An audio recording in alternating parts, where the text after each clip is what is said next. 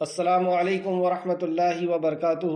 الحمد للہ ان الحمد للہ نحمده ونستعینه ونستغفره ونعوذ باللہ من شرور انفسنا ومن سیئات اعمالنا من يهده الله فلا مضل له ومن يضلل الله فلا هادي له واشهد ان لا اله الا الله واشهد ان محمدا عبده ورسول۔ ہر قسم کی تعریف اور شکر اللہ رب العزت کے لیے لائق اور زیبا ہے، جو ساری کائنات کا ایک و تنہا خالق، مالک، مربی اور منتظم ہے۔ درود و سلام ہو انبیاء اکرام پر، خصوصاً نبی مکرم رحمت للعالمین امام الانبیاء محمد صلی اللہ علیہ وسلم پر۔ معزز سامعین اکرام، لفظی ترجمہ نکال لیجئے پارے کا، اور آیت نمبر 104 سے لفظ کے اوپر غور کریں گے۔ اللہ رب العزت سے دعا ہے کہ اللہ رب العزت اپنے کلام کو سمجھنے، اس کو یاد کرنے اور اس کے مطابق ایمان لانے اور عمل کرنے کی ہمیں توفیق عطا فرمائے، آمین یا رب العالمین۔ اعوذ باللہ من الشیطان الرجیم۔ اے اللہ، ہم تیری پناہ میں آتے ہیں شیطان سے۔ اے اللہ، تو شیطان سے ہمیں بچا لے، اس کے مکر و فریب سے ہمیں بچا لے کہ وہ تیرے کلام سے ہمیں دور کر دے۔ بسم اللہ الرحمن الرحیم، اللہ کے نام سے جو رحمان و رحیم ہے۔ اس عظیم کام کو اے خالق مالک ہم تیرے نام کے ساتھ شروع کر رہے ہیں۔ اے اللہ، تو رحمان ہے، اے اللہ تو رحیم ہے۔ اے اللہ، تو اپنے رحم و کرم سے ہمیں تیرے کلام کو سکھا دے، اس پر ایمان عطا فرما دے اور اس پہ عمل کی توفیق عطا فرما دے، آمین یا رب العالمین۔ یا ایھا الذین آمنوا، اے وہ لوگوں جو ایمان لائے ہو۔ خطاب آپ سے اور میرے سے۔ یہاں پہ اللہ کا کوئی آرڈر آنے والا ہے، کوئی حکم آنے والا ہے، کیونکہ اللہ رب العزت کہتا ہے یا ایھا الذین آمنوا، اے وہ لوگوں جو ایمان لائے ہو۔ لا ہرگز نہیں، لا تکونوا نہ تم کہو، لا تکونوا نہ تم کہو، راعینا رعایت کیجئے ہماری بات سنیے، راعینا یہ نہ کہو، کیونکہ اس کے دو لفظ نکلتے ہیں۔ وقولوا بلکہ کہو، انظرنا نظر کیجئے ہمارے طرف، واسمعوا اور سنا کرو، وللکافرین اور کافروں کے لیے عذاب عذاب ہے، علیم دردناک، ما نہیں، یود چاہتے، یود الذین وہ جنہوں نے کفروا کفر کیا، اہل کتاب میں سے، یعنی جن کو پہلے کتاب دی گئی ہے، ولا اور نہ، وللمشرکین مشرکین، یعنی اہل کتاب بھی نہیں چاہتے اور مشرک بھی نہیں چاہتے، این ینزل کہ نازل کی جائے، علیکم تم پر، من خیر کوئی خیر، من ربکم تمہارے رب کی طرف سے۔ تو یہ اللہ کی طرف سے خیر ہے، اللہ کے دین کا نازل ہونا، اللہ رب العزت کی شریعت کا مل جانا، اللہ کی شریعت کا علم کا مل جانا، یہ اللہ کی طرف سے خیر ہے۔ اور یہودی اور نصرانی یا اہل کتاب اور مشرک نہیں چاہتے کہ تم اس خیر کو حاصل کر سکو۔ اللہ واللہ اور اللہ یختص وہ خاص کر لیتا ہے، برحمتی ساتھ اپنی رحمت کے، من یشاء جسے وہ چاہتا ہے۔ اے اللہ، یہ رحمت ہمیں عطا فرما دے۔ واللہ اور اللہ ذو الفضل العظیم وہ بڑے فضل والا اور بہت بڑا ہے، عظیم ہے، بہت بڑا ہے۔ ما جو بھی انسخ ہم منسوخ کرتے ہیں، من آیاتن کوئی آیت، او یا ننسیہا ہم بھلوا دیتے ہیں اسے، ناتی ہم لے آتے ہیں، بہتر منہا اس سے، یعنی ہم اگر کوئی آیت کو بھلا دیتے ہیں یا منسوخ کر دیتے ہیں، بدل دیتے ہیں، تو اس سے بہتر کوئی آیت لے آتے ہیں، او مثلہا اس کے جیسی، اس کے مثل، علم کیا نہیں، تعلم آپ نے جانا، ان اللہ بے شک اللہ، اللہ اوپر، کل شیء ہر شے کے، ہر چیز کے، قدیر بہت قدرت رکھنے والا ہے۔ اللہ ہے، وہ اللہ کی دنیا ہے، اللہ کا قانون ہے، وہ جو چاہے وہ بدل دے، جو چاہے اسے بھلا دے۔ کیا تم نہیں جانتے کہ اللہ رب العزت ہر چیز پر قادر ہے؟ علم کیا نہیں، تعلم آپ نے جانا، ان اللہ بے شک اللہ، لہو اس کے لیے ہے، ملک بادشاہت، ملک السماواتی آسمان کی، والارض اور زمین کی، بے شک اللہ ہی کے لیے ہے زمین و آسمان کی بادشاہ۔ وما اور نہیں، لکم تمہارے لیے، من دون اللہ سوائے اللہ کے، من ولی کوئی ولی، ولا اور نہ نصیر کوئی مددگار۔ پھر سے دیکھیں اس آیت کو، علم کیا نہیں، تعلم آپ نے جانا، کیا آپ نہیں جانتے اس بات کو، ان اللہ کے بے شک اللہ، لہو اسی کے لیے ہے، ملک السماوات والارض زمین و آسمان کی بادشاہی، وما اور نہیں، لکم تمہارے لیے، من دون اللہ اس کے سوا، من ولی کوئی ولی نہیں، کوئی مددگار نہیں، کوئی سہارا نہیں، ولا اور نہ نصیر کوئی تمہارا مددگار ہے، نہ اس کے سوا کوئی ولی ہے نہ مدد۔ ام کیا تریدون تم چاہتے ہو ان کے تسألو تم سوال کرو رسولکم اپنے رسول سے کما جیسا کہ سئلا سوال کیے گئے موسیٰ سے من قبل اس سے قبل، جیسے موسیٰ علیہ السلام سے بے تکے اور ہٹ دھرمی کے انکار کرنے کے لیے جو سوال پہ سوال کیے گئے، کیا تم ایسا چاہتے ہو کہ تم اپنے نبی سے سوال کرو؟ ومن اور جو کوئی یتبدل بدلے میں لے گا الکفر کفر کو بالایمان ایمان کے، وقد تو تحقیق ضل وہ بھٹک گیا سواء السبیل سیدھے راستے، تو یہ راستہ ہے صراط مستقیم، اس کے راستے پر سے وہ بھٹک گیا۔ ودا چاہتے ہیں کثیر بہت سی کثیر من اہل الکتاب اہل کتاب میں سے لو کاش یردونکم وہ پھیر دے تمہیں من بعد ایمانکم تمہارے ایمان سے کفارا کافر بنا کر۔ دیکھیے شروع میں یہ آیا کہ اہل کتاب کو بڑا برا لگتا ہے جب آپ کے اوپر خیر نازل ہوتی، اب یہاں پہ اللہ نے فرمایا کہ وہ یہ چاہتے ہیں کہ تمہیں حق سے پھیر دیں، تمہیں واپس لے چلے جائے اپنے دین میں۔ حسدن ایسا کیوں کرتے ہیں؟ حسد کے بنا پر۔ یہ حسد کی شریعت یہاں پہ کیوں آ گئی؟ نبی اور رسالت اسماعیل علیہ السلام کے خاندان میں کیوں مل گئی؟ من اندی پاس سے انفسہم اپنی نفسوں کے، مطلب حسد کے وجہ سے جو ان کے پاس ہے ان کے نفسوں میں ہے، من بعد اس کے ما جو تبینہ واضح ہو گیا لہم ان کے لیے لہم الحق حق، جبکہ ان کے لیے حق واضح ہو گیا اس کے باوجود بھی وہ ایسا کرتے ہیں۔ فعفو پس معاف کر دو، اگر وہ ایسا عمل کر رہے ہیں کہ وہ آپ کو واپس ان کے دین میں لے جا لینا چاہتے ہیں، کفر کی طرف لے جا لینا چاہتے ہیں، اور آپ کے پاس یہ جو خیر آئی ہے یہ ان کو برا لگتا ہے، تو آپ کا اب رد عمل کیا ہوگا؟ فعفو پس معاف کر، وصفہو اور درگزر کیجیے، حتیٰ یہاں تک کہ یاتی اللہ بامرہ لے آئے اللہ اپنا امر، یعنی اب تمہیں انتقام نہیں لینا ہے، اب اس کا انتقام تو اللہ لے گا، تم معاف کرو، درگزر کرو اور صبر کرو۔ کہاں تک؟ یہاں تک کہ اللہ اپنا امر لے آئے، اپنا حکم لے آئے۔ ان اللہ بے شک اللہ علی کل شیء قدیر ہر چیز پر بہت قدرت رکھنے والا۔ چلیں تفسیر کی طرف آئیں، آیت نمبر 104۔ اے لوگوں جو ایمان لائے ہو، خطاب ایمان والوں سے، خطاب انشاءاللہ تعالیٰ آپ سے اور ہم سے۔ ایمان اگر کوئی یہ کہے کہ کیا آپ ایمان والے ہیں تو کیا جواب دیں گے؟ اگر ہم یہ کہیں گے نعوذ باللہ، یہ صرف سمجھانے کے لیے کہہ رہا ہوں کہ ہم ایمان والے نہیں ہیں، تو گویا کہ غیر ایمان والے ہونے کا ہم نے خود کہہ دیا، اور ایمان والے ہیں یہ بھی نہیں۔ علماء یہ کہتے ہیں اس کے بیچ کا راستہ اختیار کریں کہ انشاءاللہ تعالی ہم ایمان والے۔ تو ہم سے یہ خطاب ہے، اے لوگوں جو ایمان لائے ہو، تم نبی سے نہ کہو رائنا، بلکہ یوں کہو انظرنا، اور تم غور سے سنو، اور کافروں کے لیے بہت دردناک عذاب۔ یہ ہے نبی مکرم صلی اللہ علیہ وسلم کا مقام و مرتبہ خالق کائنات کے پاس، کہ نبی کریم صلی اللہ علیہ وسلم سے جب تم بات کرتے ہو تو بات کا ادب بتایا اللہ نے، آپ کے مقام و مرتبے کو بتایا یہاں پہ اللہ نے، کہ ایسا لفظ جو دو مطلب دیتا ہو اور جس کا دوسرا مطلب نبی مکرم صلی اللہ علیہ وسلم کے مقام و مرتبے میں گستاخی کرتا ہو، آپ کے ادب کے، آپ کے مقام و مرتبے کے خلاف ہو۔ اگر کوئی ایسا کوئی لفظ ہے جو دو معنی دیتا ہے تو وہ دو معنی کے لفظ کو اللہ رب العزت نے بدل دیا۔ یہ بغض اور حسد کی بنا پر یہودی اور نصرانی یا وہ لوگ جو منافق تھے، تو وہ رسول اللہ صلی اللہ علیہ وسلم کو ایسے لفظ سے انہوں نے خطاب کیا، رائنا یعنی ہماری بات سنیے، ہماری طرف توجہ کیجیے، لیکن اس کو وہ لفظ کو ایسا توڑ مڑوڑ کر کے بولتے تھے کہ سننے والوں کو بھی سمجھ میں نہیں آتا تھا، لیکن اس کا مطلب یہ نکلتا تھا کہ ہمارے چرواہے، آواز کو موٹی کر کے۔ لیکن اللہ رب العزت تو دلوں کے حال کو جانتا ہے، اللہ رب العزت جانتا ہے، اس نے فوراً نازل کیا کہ میرے نبی سے اس انداز میں تم بات نہیں کرو، یہ لفظ دو معنی دیتا ہے، تم اس لفظ کو ہی بدل کر کے اور یہ کہو انظرنا۔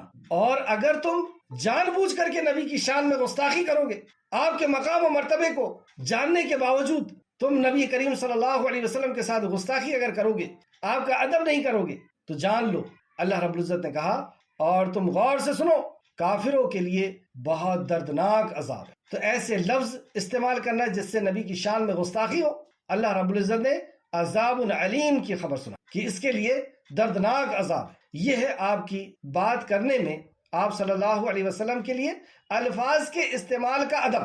نمبر 1، آپ صلی اللہ علیہ وسلم کے لیے الفاظ کے استعمال کا ادب۔ نمبر 2، جب نبی مکرم صلی اللہ علیہ وسلم سے خطاب کیا جائے، بات کیا جائے، تو اللہ رب العزت نے عذاب کے آواز کے استعمال کا ادب بھی بتایا، آواز کے استعمال کا ادب۔ سورہ حجرات آیت نمبر 2 اور 3، جب تم میرے نبی سے بات کرو تو اپنی آواز نبی کے آواز کے اونچا مت کرو۔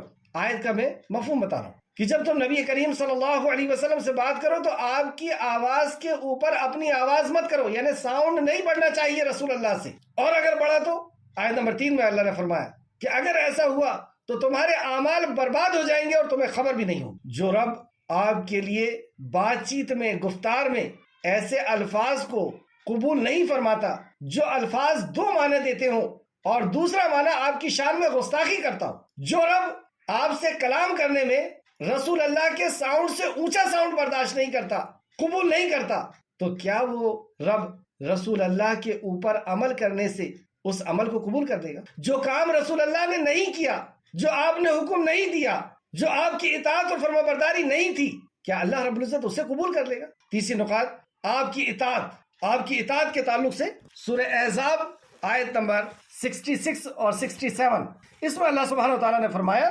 جس دن آگ میں ان کے چہرے الٹ پلٹ کیے جائیں گے، یعنی آگ میں ان کے چہروں کو بھونجا جائے گا، جہنمیوں کو۔ اب سنیں کہ وہ جہنم میں کیوں گئے اور کیوں اتنا سخت عذاب کہ ان کے چہرے کو، ان کے جسم کو بھونا جا رہا ہے۔ اللہ ہم سب کی حفاظت فرما۔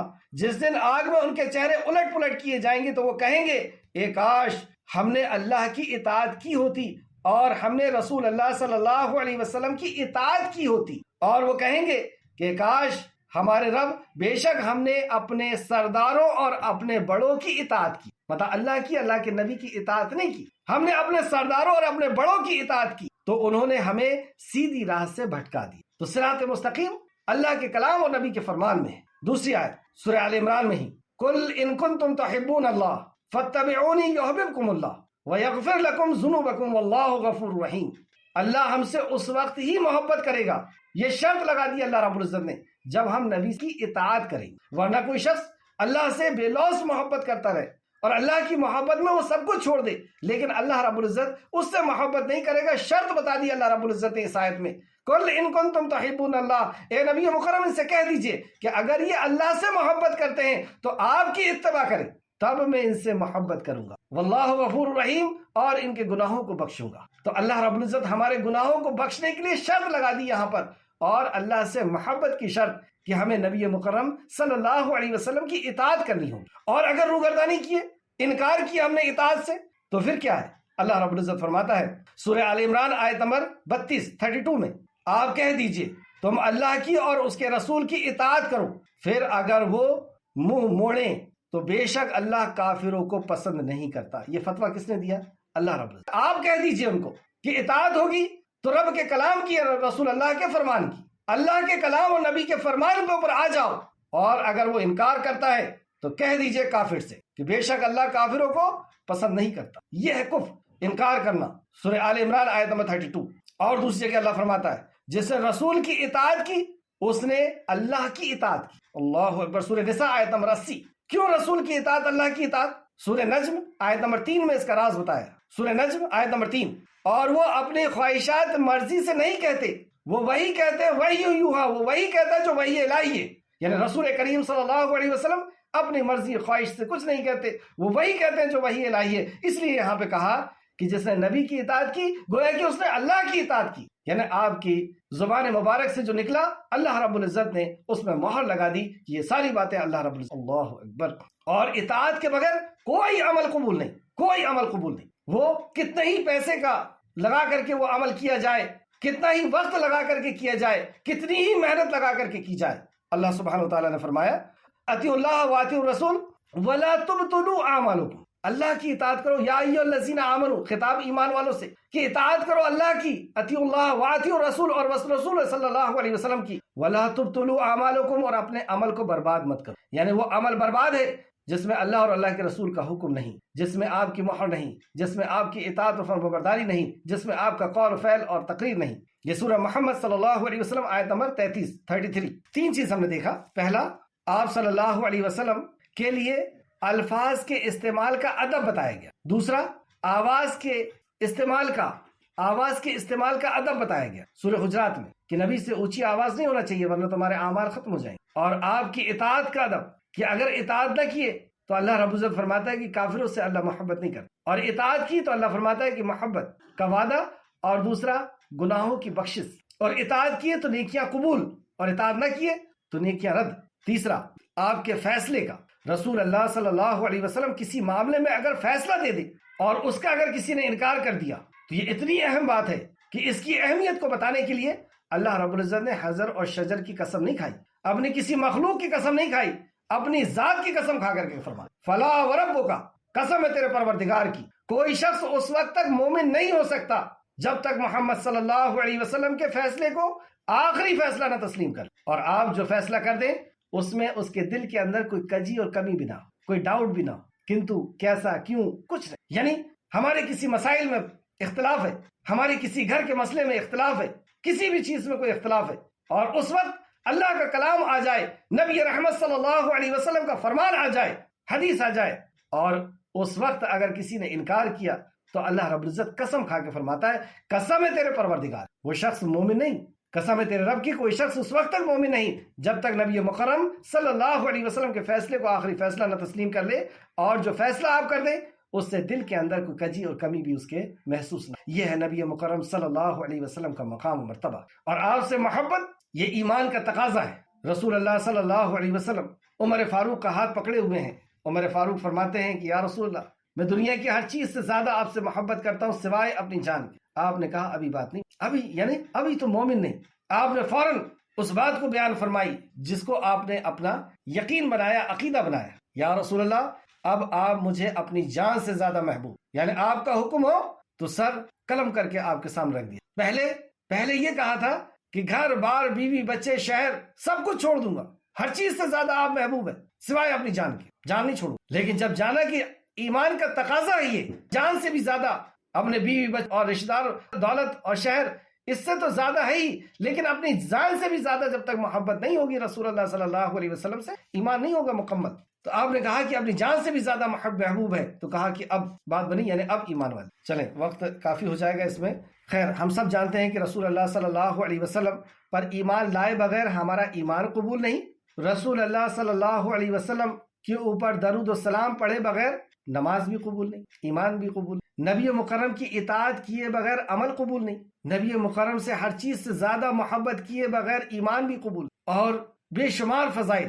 لیکن اس کے باوجود بھی اگر ہم رسول کریم صلی اللہ علیہ وسلم کے مقام و مرتبے کو نہ جانیں، آپ کی سیرت کو نہ جانیں، تو ہم سے بڑا بدقسمت اور بدنصیب اور کوئی نہیں کہ امام الانبیاء جنہیں دیے گئے، رحمت للعالمین جن کی ہدایت اور ہدایت کے لیے پہنچائے گئے، وہ امت انہی سے غافل۔ اے اللہ ہم تجھ سے سوال کرتے ہیں کہ اپنے نبی کی سچی اور پکی محبت ہمارے دلوں کے اندر ڈال دے، آمین یا رب العالمین۔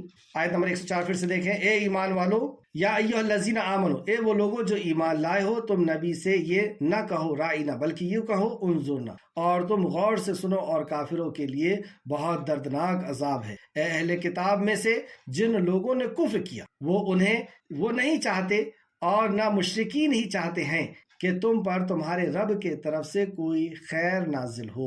رب کی طرف سے کیا خیر نازل ہو رہا تھا؟ رب کی طرف سے شریعت نازل ہو رہی تھی، دین نازل ہو، زندگی گزارنے کا طریقہ، ضابطۂ حیات نازل ہو۔ تو یہ لوگ نہیں چاہتے تھے کہ یہ پاکیزہ شریعت ان کے اوپر نازل ہو۔ آج کے مسلمان کی بھی سوچ اکثر ایسی ہو گئی کہ وہ نہیں چاہتے کہ وہ اس شریعت کو جانیں، اس کو سیکھیں۔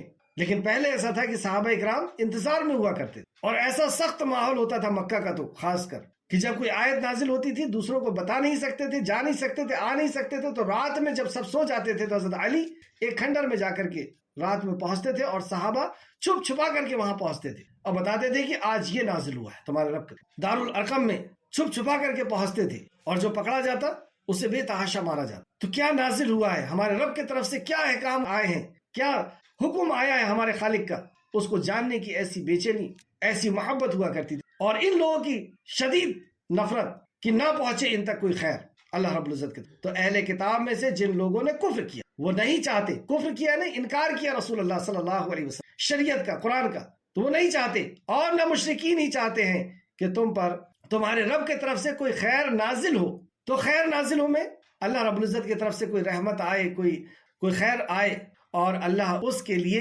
اپنی رحمت خاص کرتا ہے جسے چاہتا ہے، اور اللہ فضل عظیم کا مالک ہے، اللہ فضل عظیم کا مالک۔ اللہ جس کے لیے چاہتا ہے، جس کے لیے چاہتا ہے اس کے لیے نبوت کا دروازہ کھولتا ہے۔ اللہ رب العزت نے چاہا، ان کی چاہت کے مطابق ہوگا کہ یہودیوں میں یا نصرانیوں میں یا بنی اسرائیل میں ہی کوئی نبی آنا تھا۔ اللہ کی دنیا، اللہ کی مرضی، وہ جہاں چاہے اپنا رسول کو مبعوث فرمائے، اور وہ جسے چاہے اپنی شریعت کا علم عطا فرمائے، جسے چاہے اسے ایمان عطا فرمائے، یعنی جو ایمان حقدار ہوگا اللہ رب العزت اسی کو ایمان بھی عطا فرماتا ہے۔ اللہ کسی کے اوپر ظلم نہیں کرتا۔ بہرحال آگے آتے ہیں آیت نمبر 106، اور جو آیت ہم منسوخ کرتے ہیں یا اسے بھلا دیتے ہیں تو اس سے بہتر یا اس سے مثل لے آتے ہیں۔ کیا آپ نہیں جانتے کہ بے شک اللہ ہر چیز پر خوب قادر ہے؟ بھی اللہ رب العزت کی یہ دنیا ہے، اللہ کا حکم چلے گا۔ اللہ جانتا ہے کہ اپنے بندے کے لیے کیا حلال کرنا ہے، کیا حرام کرنا ہے، کب کس چیز کو حلال کرنا ہے، کب کس چیز کو حرام کرنا ہے، یہ اللہ رب العزت کا فیصلہ ہے۔ تم اس پہ اعتراض کرنے والے کون ہوتے ہو کہ اللہ رب العزت کا یہ کلام ہے تو یہ منسوخ کیوں ہو گیا، بدل کیوں گیا؟ آگے جواب اور 107 نمبر، کیا آپ نہیں جانتے کہ بے شک اللہ ہی کے لیے ہے آسمانوں اور زمین کی بادشاہی۔ یہاں پر یہودیوں کی ایک کجروی یا ان کی عداوت، ان کی بغاوت، ان کی ہٹ دھرمی اور ان کی نفرت کے بنا پر وہ یہ بات کرتے ہیں، یعنی کنفیوز کر رہے ہیں صحابہ کو، ایمان والوں کو برگلا رہے ہیں کہ اگر یہ اللہ کا کلام ہے تو اللہ کے کلام میں کوئی بات منسوخ کیوں ہو جاتی ہے، بدل کیوں جاتی ہے؟ پہلے قبلہ ادھر تھا، اب ادھر کیوں کر دیا گیا؟ اللہ تو ہر جگہ ہے۔ اللہ رب العزت جہاں پہ تم جدھر رخ کرو گے ادھر اللہ کو پاؤ گے۔ اللہ تو ہر جگہ سے بات کو سنتا ہے، دیکھتا ہے، جانتا ہے، بندہ کسی بھی جگہ میں رہے۔ تو یہ اللہ کا کلام ہے تو کیوں بدل دیا گیا؟ اس طریقے سے برگلا دے۔ اور یہ اتنا بڑا واقعہ تھا کہ اس کے بنا پر کئی لوگ مرتد ہوئے۔ تو اس طریقے کی اور بھی جو باتیں جو منسوخ ہو جاتی ہے اس کے تعلق سے بنی اسرائیل نے یا یہودی اور نصرانیوں نے اعتراض کیا کہ اگر یہ اللہ کا کلام ہے تو یہ بدلا کیوں گیا؟ اس کے پہلے بھی ہم نے پڑھا کہ یہ کہتے ہیں کہ ایسی حقیر چیز کی مثال اللہ رب العزت کیوں کر دے گا، یعنی یہ اللہ کا کلام نہیں ہے۔ اور یہاں پہ بھی یہی باور کرانا چاہتے کہ یہ اللہ کا کلام نہیں ہے، اگر اللہ کا کلام ہوتا تو بدلتا کیوں؟ تو اس مسئلے کو سمجھیں۔ منسوخ کے تعلق سے ابن عباس رضی اللہ عنہ فرماتے ہیں، منسوخ کا مطلب ابن عباس کی آیت کا بدل دینا، یعنی پہلے کوئی احکام ہو پھر اللہ نے اس احکام کو بدل دیا، اس کی جگہ میں کوئی دوسرا احکام لے آیا۔ مجاہد رحمۃ اللہ علیہ فرماتے ہیں کہ اس احکام کو مٹا دینا، اس کو ختم کر دینا، اور دونوں چیز اپنی اپنی جگہ میں ٹھیک ہے۔ اہل کتاب عداوت کی وجہ سے، بغض اور دشمنی کی وجہ سے اس طریقے کی بحث کر رہے تھے کہ ایسا کیوں ہوا، بے وجہ کی بات کرتے ہیں، جیسے ادنا چیز کے مثال کے تعلق سے بھی انہوں نے بحث کی تھی کہ اللہ رب العزت مچھر کی مثال کیوں دیتا ہے؟ تو اللہ مالک ہے، جب چاہے حلال کرے، جب چاہے وہ حرام کرے۔ ہمارے لیے عمل کرنا ہے، سمعنا و اطعنا، کہ ہم نے سنا اور اطاعت کی۔ ایسا کیوں ویسا کیوں، یہ ہماری اوقات ہی نہیں، یہ ہماری وقت ہی نہیں، وہ ہمارا رب ہے، وہ جو چاہے وہ فیصلہ کرے۔ یہ ہے ایک ایمان والے کا قول کہ جب اس کے سامنے کوئی بات کی جاتی ہے تو وہ کہتا ہے کہ ہم نے سنا اور اطاعت کی۔ لیکن ان لوگوں نے یہ بات کی۔ اللہ سبحانہ تعالیٰ کبھی بندے کے کیوں ایسا کرتا ہے؟ اللہ کی مرضی ہے، اللہ مالک ہے، جب چاہے حلال کرے اور جب چاہے وہ حرام کرے، ہمارے لیے صرف اطاعت کرنا ہے۔ اللہ سبحانہ تعالیٰ کبھی بندے کے امتحان کے لیے حلال کو حرام اور حرام کو حلال کرتا ہے، اور کبھی تربیت کے لیے۔ دو وجہ، یا تو کبھی تربیت مقصود ہوتی ہے یا کبھی امتحان۔ امتحان کیسے کہ پہلے قبلہ بیت المقدس کی طرف تھا، انبیاء نے اس طرف نماز پڑھی، اور اب قبلہ بدل دیا گیا، جبکہ رسول اللہ صلی اللہ علیہ وسلم بھی ادھر ہی رک کر کے نماز پڑھتے تھے جب مکہ میں تھے۔ اب مدینہ میں آئے اور کچھ دن کے بعد قبلہ بدل دیا، تو ان کو بہت اعتراض کہ ہمارے باپ دادا اور پچھلے انبیاء ادھر رک کر کے نماز پڑھتے رہے اور یہ قبلہ بدل دیے، کیوں ایسا؟ تو یہ امتحان تھا کہ کون رسول اللہ صلی اللہ علیہ وسلم کی اطاعت کرتا ہے اور کون اطاعت سے انکار کرتا ہے، یا کون وہاں تک اطاعت کرتا ہے جہاں تک اس کی مرضی ہے، اس کا دل کہہ رہا ہے، اور جس چیز میں اس کے باپ دادا کا طریقہ آ گیا، اس کا رسم و رواج آ گیا، یا اس کا پچھلی زندگی آ گئی، تو وہاں پہ وہ اطاعت کرتا ہے یا نہیں کرتا، یہ ایگزام تھا۔ اور کبھی اللہ رب العزت تربیت کرتا ہے، جیسے اللہ رب العزت نے شراب کے تعلق سے کہا کہ یہ شیطانی عمل ہے، اس سے بچو، پھر اس کو بدل دیا، نماز کے قریب مت جاؤ جب تم نشے میں ہوتے ہو، لیکن پھر اس کو بدل دیا اللہ نے۔ اور اگر ناسخ اور منسوخ کا علم ہمیں نہیں ہے کہ کون سی آیتیں منسوخ کر دی گئی، تو اس آیت پر بھی انسان کیا سوچے گا جو سرسری طور پہ پڑھ رہا ہے کہ اللہ رب العزت نے نماز کے قریب جانے سے منع کیا، شراب کے قریب جانے سے منع نہیں کیا۔ استغفر، نہیں کہے گا وہ سر۔ اللہ نے فرمایا نہیں، تم نماز کے قریب مت جاؤ اس وقت جب تم نشے کی حالت میں ہوتے ہو، تو اس کا یہی مطلب نکلتا ہے کہ تم نماز سے قریب مت جاؤ، تو وہ یہی کہے گا شرابی۔ لیکن اس کا مطلب یہ تھا کہ صحابہ اس وقت ان کی تربیت ہو رہی ہے،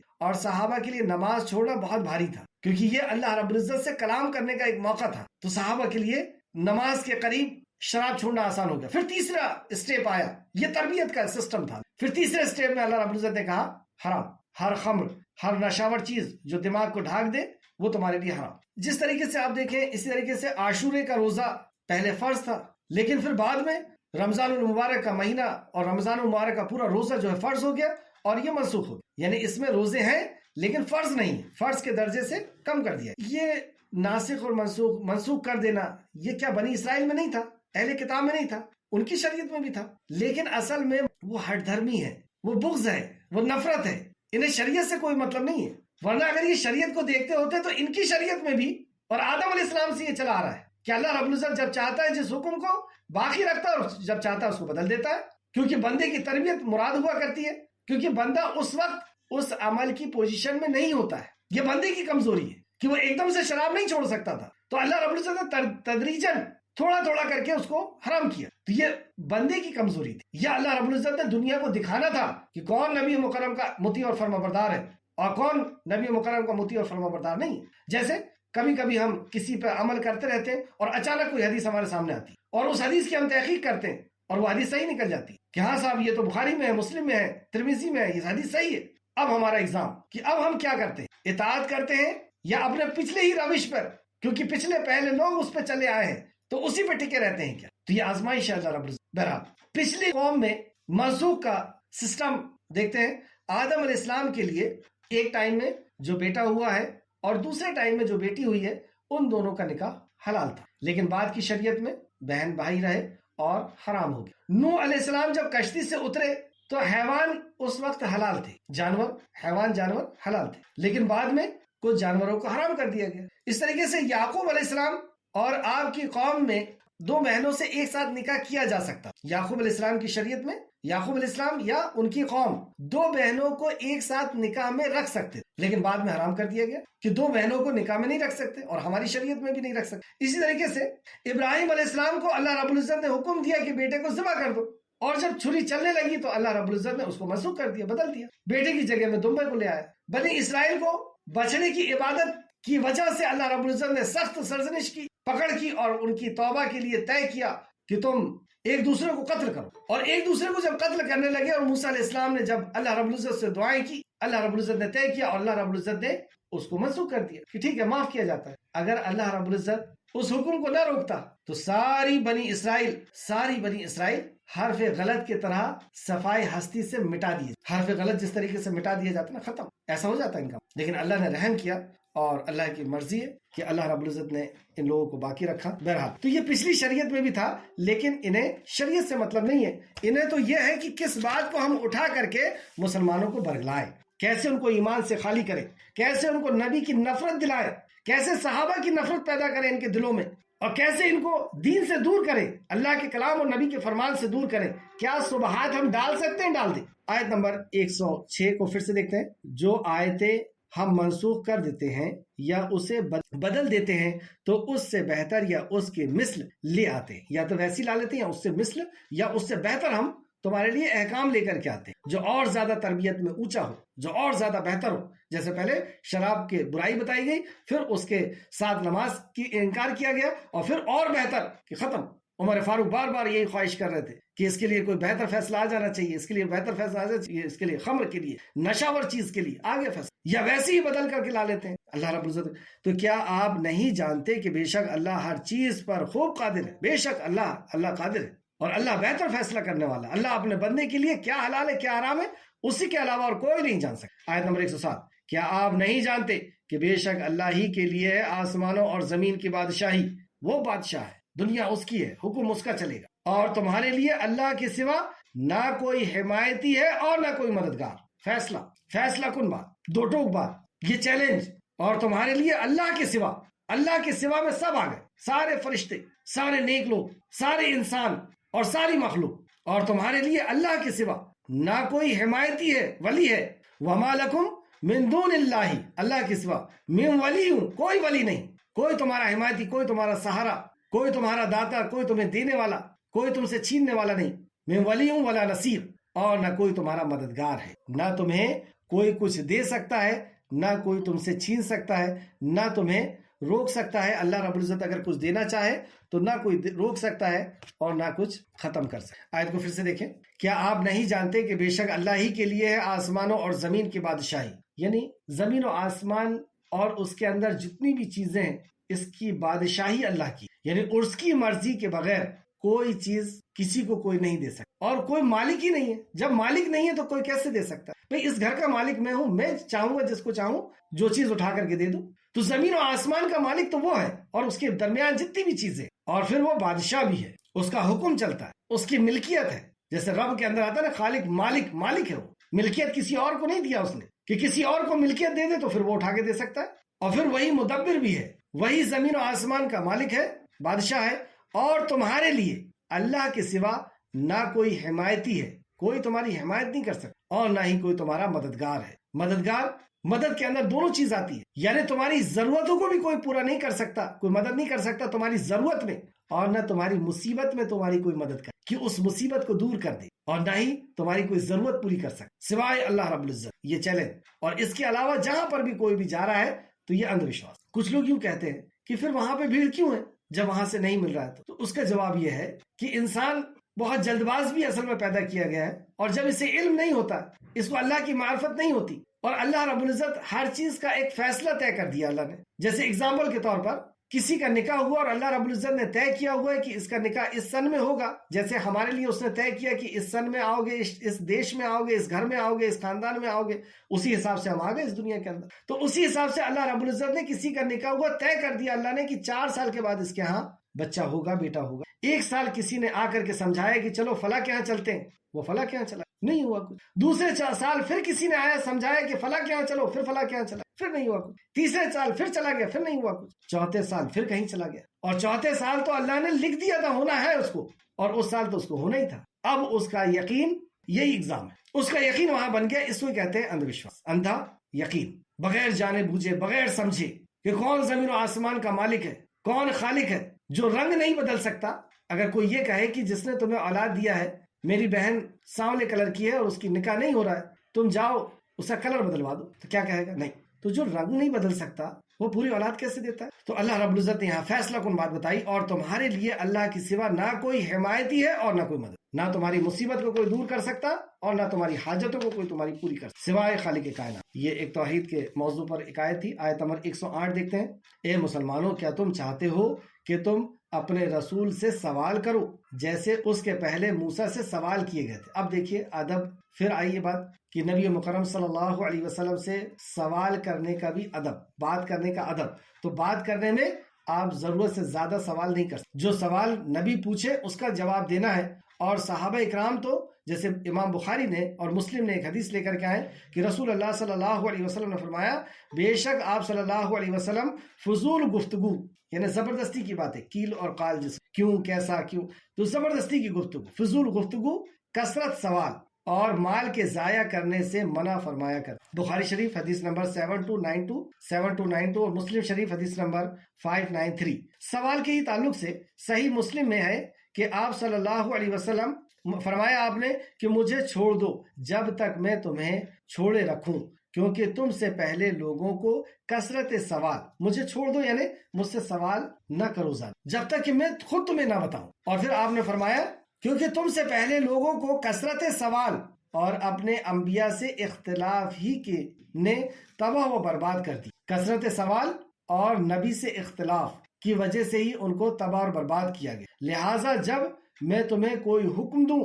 تو اسے لے لو، اور جب میں کسی چیز سے منع کر دوں تو اس سے مکمل اجتناب کرو۔ جب میں کوئی چیز دوں اپنی طاقت کے مطابق اسے لے لو، اور جب میں کسی چیز سے روک دوں تو تم مکمل طور پہ اس سے رک جاؤ۔ یہ آپ نے اس وقت فرمایا تھا، یہ آپ صلی اللہ علیہ وسلم نے اس وقت فرمایا تھا جب آپ نے مسلمانوں کو بتایا کہ اللہ تعالیٰ نے تم پر حج فرض کر دیا۔ تو ایک آدمی نے اٹھے اور عرض کرنے لگے کہ اے اللہ کے رسول، کیا حج ہر سال فرض ہے؟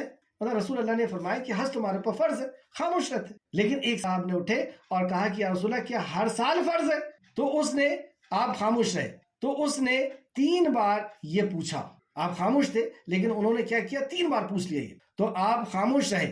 پھر فرمایا نہیں، پوچھے تو فرمایا کہ نہیں، یعنی ہر سال فرض نہیں، اگر میں کہہ دیتا، پھر آپ صلی اللہ علیہ وسلم نے فرمایا اگر میں کہہ دیتا ہاں تو حج ہر سال واجب ہوتا، فرض ہو جاتا، تو تمہیں ہر سال کرنے میں استطاعت نہ ہوتی، پھر تم ہر سال استطاعت نہیں رکھتے تھے کہ تم حج کر سکتے۔ پھر آپ نے فرمایا مجھے چھوڑ دو جب تک میں تمہیں چھوڑے رکھوں، مطلب جب تک میں نہ سوال بتاؤں تم مجھ سے سوال نہ کرو۔ یہ مسلم نے روایت کیا، مسلم شریف حدیث نمبر 1337 اور بھی دوسری جگہ۔ واپس آئے آیت میں، آیت نمبر 108، اے مسلمانوں کیا تم چاہتے ہو کہ تم اپنے رسول سے سوال کرو جیسے اس سے پہلے موسیٰ سے سوال کیے؟ تو موسیٰ علیہ السلام سے بنی اسرائیل نے ضد اور ہٹ دھرمی کی وجہ سے سوال پہ سوال کی۔ ضد اور ہٹ دھرمی یعنی آپ کی بات کا انکار کرنا، آپ کو پریشان کرنا تھا، آپ کا مذاق بنانا تھا، یہ ساری چیزیں ان کے اندر، ان کے سوال کے اندر ہوا کرتی تھی۔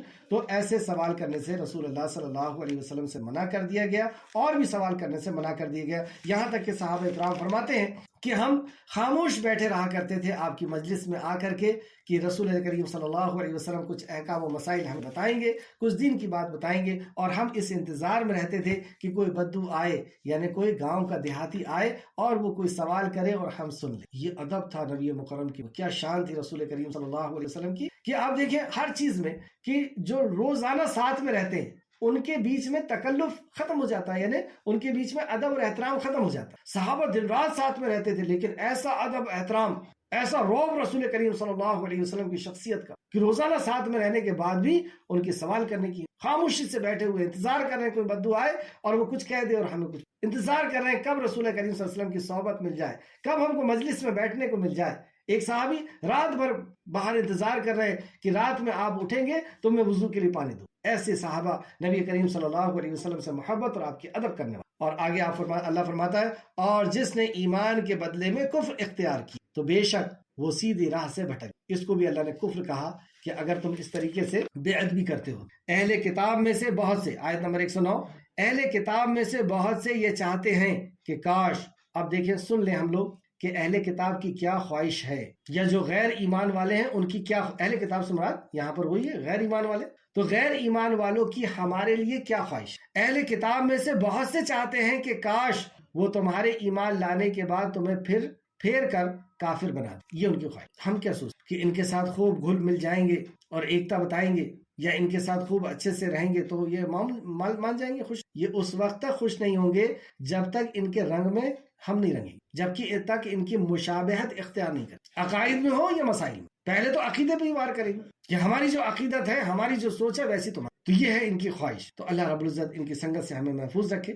تو اہل کتاب میں سے بہت سے یہ چاہتے ہیں کہ کاش وہ تمہارے ایمان لانے کے بعد تمہیں پھیر کر کافر بنا دیں، اپنے دلوں میں حسد کرتے ہیں، یہ حسد ہے ان کا کہ تم کیوں نہیں شراب پی رہے، کیوں نہیں عورتوں کے ساتھ بدتمیزیاں کر رہے، کیوں نہیں بیاج کا کاروبار کر رہے، کیوں نہیں ہماری طرح تم عیاشی کر رہے، کیوں اتنا شریف اور اتنا عزت والا یہ شخص بنا ہوا ہے، یا پھر ہم جو شرک کر رہے ہیں، ہم یہ جو بدعت کر رہے ہیں، یہ بھی کیوں نہیں کر لیتا۔ تو یہ ان سے حسد ہے۔ اور وہاں پر جو حسد تھا کہ شریعت یہاں کیوں نازل ہو گئی، جبکہ وہ جان رہے تھے، پہچان رہے تھے، تو اپنے دلوں میں حسد کرتے ہیں اس کے بعد کہ ان کے سامنے حق واضح ہو گیا، جبکہ حق ان کے سامنے واضح تھا۔ ابن عباس رضی اللہ عنہ اس کی تفسیر فرماتے ہیں، تفسیر ابن کثیر جلد نمبر 1 صفحہ نمبر 275۔ ابن عباس رضی اللہ عنہ سے روایت کیا ہے کہ ایک رسول امی نے انہیں اس کی کتابوں اور رسول اور آیات کے بارے میں نہ صرف سب کچھ صحیح بتا دیا، مطلب ایک امی نبی آئے اور انہوں نے ان کی کتابوں میں کیا ہے اور ان کے انبیاء نے کیا بیان فرمایا ہے وہ صرف بتا ہی نہیں دیے، بلکہ اس کی صحیح تصدیق بھی کروا دی۔ ان سے کہا کہ کیا نہیں لکھا تمہارے پاس ایسا، کیا نہیں ہے تمہاری شریعت میں ایسا، اور انہوں نے کہا کہ ہاں ہے ہماری شریعت میں ایسا، قسم کھلا کر کے پوچھ لیا رسول کریم صلی اللہ علیہ وسلم، لیکن اس کے باوجود بھی انہوں نے بغاوت کی، حسد اور سرکشی کی وجہ سے اس پیغمبر آخر الزماں صلی اللہ علیہ وسلم پر ایمان لانے سے انکار کیا۔ اسی لیے اللہ تعالیٰ نے یہاں پہ بیان فرمایا، کیا بیان فرمایا کہ دلوں میں حسد کرتے ہیں اس کے بعد کہ ان کے سامنے حق واضح ہو گیا۔ بس تو اب یہ جو ایسی حرکت کر رہے ہیں یہ کوئی چھوٹا موٹا جرم نہیں، یہ تمہیں پھر سے بدکاری میں لے آنا چاہتے ہیں، پھر سے وہ مکی زندگی۔ آپ سوچیں کہ قرآن آنے کے پہلے، نبی مکرم کے رسالت کے پہلے مکہ کے کیا حالات تھے، دنیا کے کیا حالات تھے، تو یہ واپس اسی دنیا میں لے جا دینا چاہتے ہیں، وہی منمانی، وہی ظلم عورتوں کے اوپر اور مسافروں کے اوپر، کمزوروں کے اوپر، وہی خون خرابہ، یہ واپس اس میں لے جا دینا چاہتے ہیں۔ کیوں؟ کیونکہ ان کو حسد ہے کہ نبوت یہاں کیوں آئی۔ چلے یہودی اور نصرانیوں کو تو حسد تھا اس لیے انہوں نے صلی اللہ علیہ وسلم کی رسالت کو اور آپ کے اوپر آئے ہوئے کلام کو انہوں نے چھپایا۔ ہم کیوں کرتے ہیں ایسا، یا اکثر مسلمان ایسا کیوں کرتے ہیں؟ ایک سوال ہے، اس پہ غور کریں گے انشاءاللہ۔ تو اپنے دلوں میں حسد کرتے ہیں اس کے بعد کہ ان کے سامنے حق واضح ہو گیا، حق واضح ہے ان کو، انہوں نے اپنی کتاب میں پڑھ لیا، تصدیق کر لی، سمجھ لیے، جان لیے سب کچھ۔ ایک جگہ اللہ نے فرمایا کہ رسول یہ آپ کو اپنے بیٹوں سے بھی اچھے سے جانتے ہیں، یعنی باپ اپنے بیٹے